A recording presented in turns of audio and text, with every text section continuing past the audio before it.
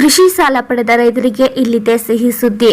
ಹೌದು, ಇತ್ತೀಚಿನ ದಿನಗಳಲ್ಲಿ ಅನೇಕ ಕಾರಣಗಳಿಗಾಗಿ ಸಾಲಗಳನ್ನು ತೆಗೆದುಕೊಂಡರೂ ಕೃಷಿ ಉದ್ದೇಶಗಳಿಗಾಗಿ ಸಾಲಗಳು ಹೆಚ್ಚು ಗುರುತಿಸಲ್ಪಡುತ್ತವೆ. ಅಕಾಲಿಕ ಮಳೆಯಿಂದ ಬೆಳೆ ನಾಶವಾಗಿ ಹಲವು ಸಹಕಾರಿ ಸಂಸ್ಥೆಗಳಲ್ಲಿ ಸಾಲ ಮಾಡಿ ಸಾಲ ತೀರಿಸಲು ಮುಂದಾಗಿರುವ ರೈತರಿಗೆ ಸಿಎಂ ಸಿದ್ದರಾಮಯ್ಯ ಅವರು ಗುಡ್ ನ್ಯೂಸ್ ಅನ್ನು ನೀಡಿದ್ದಾರೆ. ಈ ಸುದ್ದಿಯ ಮತ್ತಷ್ಟು ಮಾಹಿತಿಯನ್ನು ಈ ವಿಡಿಯೋದಲ್ಲಿ ನೋಡೋಣ. ಈ ವಿಡಿಯೋ ತಪ್ಪದೆ ಕೊನೆವರೆಗೆ ನೋಡಿ ಮತ್ತು ನಮ್ಮ ವಿಡಿಯೋ ಇಷ್ಟವಾದರೆ ಲೈಕ್ ಮಾಡಿ ಮತ್ತು ಶೇರ್ ಮಾಡಿ ಮತ್ತು ಇಂಥ ಹೆಚ್ಚಿನ ಮಾಹಿತಿಯನ್ನು ತಿಳಿಯಲು ನಮ್ಮ ಚಾನಲನ್ನು ತಪ್ಪದೆ ಸಬ್ಸ್ಕ್ರೈಬ್ ಮಾಡಿ. ಸಹಕಾರಿ ಸಂಸ್ಥೆಗಳು ಹೆಚ್ಚಿನ ಪ್ರಮಾಣದ ಸಾಲವನ್ನು ಹೊಂದಿವೆ. ಹೌದು, ಇಲ್ಲಿ ಸಾಲ ಮಾಡಿರುವ ರೈತರಿಗೆ ಈಗ ಒಂದಿಷ್ಟು ವಿನಾಯಿತಿ ನೀಡಲು ಸರ್ಕಾರ ಮುಂದಾಗಿದೆ. ಮಧ್ಯಮಾವಧಿ ಮತ್ತು ದೀರ್ಘಾವಧಿ ಸಾಲಗಳ ಅಸಲು ಮರುಪಾವತಿ ಮಾಡಿದವರಿಗೆ ಡಿಸೆಂಬರ್ 31, 2024 ಬಡ್ಡಿ ದರವನ್ನು ಮನ್ನಾ ಮಾಡಲು ಸರ್ಕಾರ ಆದೇಶಿಸಿದೆ. ಹೌದು, ಇದರಿಂದ ಸಹಕಾರಿ ಸಂಸ್ಥೆಗಳಿಗೂ ರೈತರ ಸಾಲ ಮನ್ನಾ ಮರುಪಾವತಿಯಾಗಲಿದ್ದು ದೊಡ್ಡ ಮಟ್ಟದಲ್ಲಿ ಸಹಕಾರ ದೊರೆಯಲಿದೆ. ಅಷ್ಟೇ ಅಲ್ಲ, ಮುಂದಿನ ವರ್ಷಕ್ಕೆ ಸಾಲ ನೀಡಲು ಪ್ರೋತ್ಸಾಹಧನವೂ ಸಿಗಲಿದೆ. ಮಳೆ ಕೊರತೆಯಿಂದ ಬೆಳೆ ನಾಶವಾಗುತ್ತಿದೆ. ಹೌದು, ಹಾಗಾಗಿ ರಾಜ್ಯದ 223 ತಾಲೂಕುಗಳನ್ನ ಬರಪೀಡಿತ ಎಂದು ಘೋಷಿಸಲಾಗುವುದು ಎಂದು ಮಾಹಿತಿಯನ್ನ ನೀಡಿದ್ದಾರೆ. ಹೌದು, ಈ ಮೂಲಕ ಕಾರ್ಯರೂಪಕ್ಕೆ ತರಲು ಸರ್ಕಾರ ಸಿದ್ಧವಾಗಿದೆ.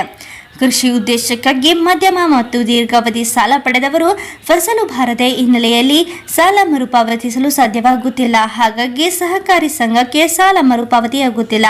ಹೌದು, ಇದಕ್ಕೆ ಪೂರಕವಾಗಿ ರೈತರು ಸಾಲ ಪಡೆದ ಹಣವನ್ನು ಹಿಂದಿರುಗಿಸದ ಕಾರಣ ಸಹಕಾರಿ ಸಂಘಗಳು ನಬಾರ್ಡ್ಗೆ ಹಣವನ್ನು ಸಲ್ಲಿಸಲು ಸಾಧ್ಯವಾಗುತ್ತಿಲ್ಲ. ಹೌದು, ಹಾಗಾಗಿ ಬರ ಪರಿಹಾರ ಘೋಷಣೆ ಮಾಡಲಾಗಿದೆ. ಸಹಕಾರಿ ಸಂಘಗಳ ಮೂಲಕ 56,000 ರೈತರು ಸಾಲವನ್ನು ಪಡೆದಿರುವುದು ಸರ್ಕಾರಕ್ಕೆ ಗೊತ್ತಾಗಿದೆ. 58 ಲಕ್ಷ ಮಧ್ಯಮ ಮತ್ತು ದೀರ್ಘಾವಧಿ ಕೃಷಿ ಸಾಲ ಪಡೆಯಲಾಗಿದೆ. ಇದರ ಬಡ್ಡಿ ದರ ಒಟ್ಟು 44 ಲಕ್ಷ ರೂಪಾಯಿ. ರಾಜ್ಯ ಸಹಕಾರ ಸಂಘ, ಕೃಷಿ ಪತ್ತಿನ ಸಹಕಾರ ಸಂಘ, ಜಿಲ್ಲಾ ಸಹಕಾರಿ ಬ್ಯಾಂಕ್, ಪ್ರಾಥಮಿಕ ಕೃಷಿ ಮತ್ತು ಗ್ರಾಮೀಣಾಭಿವೃದ್ಧಿ ಬ್ಯಾಂಕುಗಳಲ್ಲಿ ರೈತರು ಸಾಲವನ್ನು ಪಡೆದಿದ್ದರೆ ಮಾರ್ಚ್ ಅಂತ್ಯದೊಳಗೆ ಸಾಲದ ಅಸಲವನ್ನು ಪಾವತಿಸಲು ಸರ್ಕಾರ ಆದೇಶ ನೀಡಿದೆ. ರೈತರು ಪಾವತಿಸಬೇಕಾದ ಬಡ್ಡಿ ಮೊತ್ತವನ್ನ ನೀಡಲು ಸರ್ಕಾರ ನಿರ್ಧರಿಸಿದ್ದು ಅದಕ್ಕೆ ಕೆಲವು ಷರತ್ತುಗಳನ್ನು ವಿಧಿಸಿದೆ.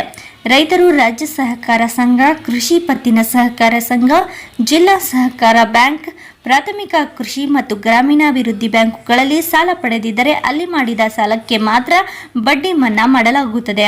ಅದರ ಹೊರತಾಗಿ ಕೃಷಿಯೇತರ ಉದ್ದೇಶಕ್ಕಾಗಿ ಮಾಡಿದ ಸಾಲವು ಈ ಬಡ್ಡಿ ಅಂಶವನ್ನು ಹೊಂದಿರುವುದಿಲ್ಲ. ನೀರಾವರಿ, ಮೀನುಗಾರಿಕೆ, ಪಶುಸಂಗೋಪನೆ, ಕೃಷಿ ಯಾಂತ್ರೀಕರಣ, ತೋಟಗಾರಿಕೆ ಮತ್ತು ನಬಾರ್ಡ್ ಗುರುತಿಸಿರುವ ಇತರ ಅಂಶಗಳಿಗೆ ಸಾಲ ನೀಡಿದರೆ ಮಾತ್ರ ಬಡ್ಡಿ ಮನ್ನಾ ಯೋಜನೆ ಲಭ್ಯವಿರುತ್ತದೆ.